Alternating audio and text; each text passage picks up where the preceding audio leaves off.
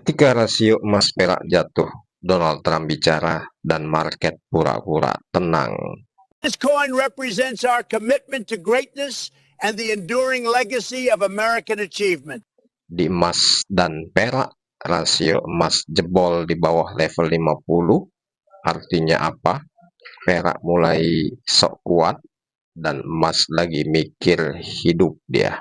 Konsolidasi dulu deh. Pergerakan emas harian adalah konsolidasi alias market lagi rebahan sambil mikir-mikir apakah target teknikal nyentuh di 4.575. Selama belum ada sentimen dan sentilan sentilan geopolitik atau data Amerika Serikat yang nyeletuk, emas cenderung geraknya pelan tapi ya ngeselin deh gitu ya. Dan catatan buat kita semua para pejuang margin, jangan maksa entry secara heroik di fase konsolidasi ini, karena ini bukan medan perang tapi ini adalah ladang jebakan. Kita masuk di geopolitik dan dolar Amerika Serikat. Data Amerika Serikat kemarin malam dirilis, data PPI Producer Price Index naik tipis. Retail sales melampaui ekspektasi.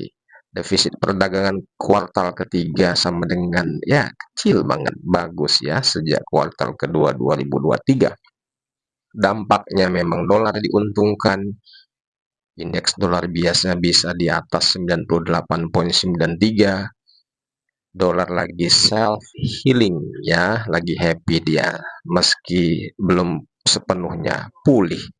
Jadi ilmiahnya gini nih, likuiditas global mulai reprice risk, bukan panik tapi lagi mode siaga. Dan minyak mentah berbau mesiu. Media Inggris bocor melaporkan bahwasanya pemerintahan Trump punya 50 target militer bernilai tinggi di Iran, serta membuat reaksi garda revolusi Iran berstatus tempur dengan level dewa.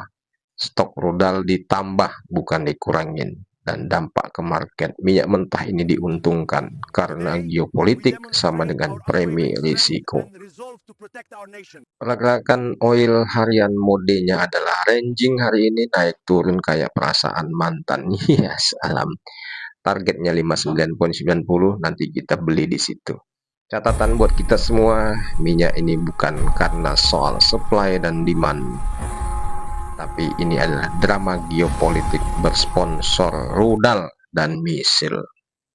Kita masuk di saham teknologi Nvidia. Donald Trump lagi-lagi membuat statement tarif 25% untuk chip yang diimpor masuk ke Amerika, tapi nggak dipakai AI-nya si Amerika.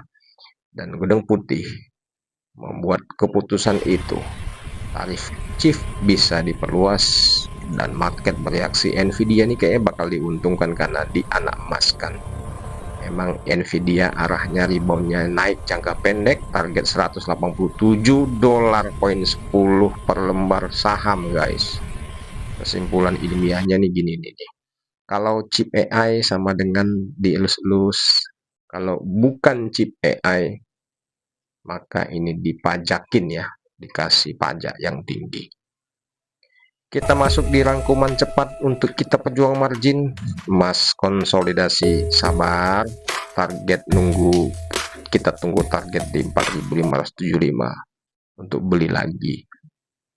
Minyak ini ranging, target 59.90, waspada headline di Timur Tengah. Dolar indeks bisa stabil dan tujuannya di 98.93. Nvidia rebound pendek, target 187 dolar poin 10.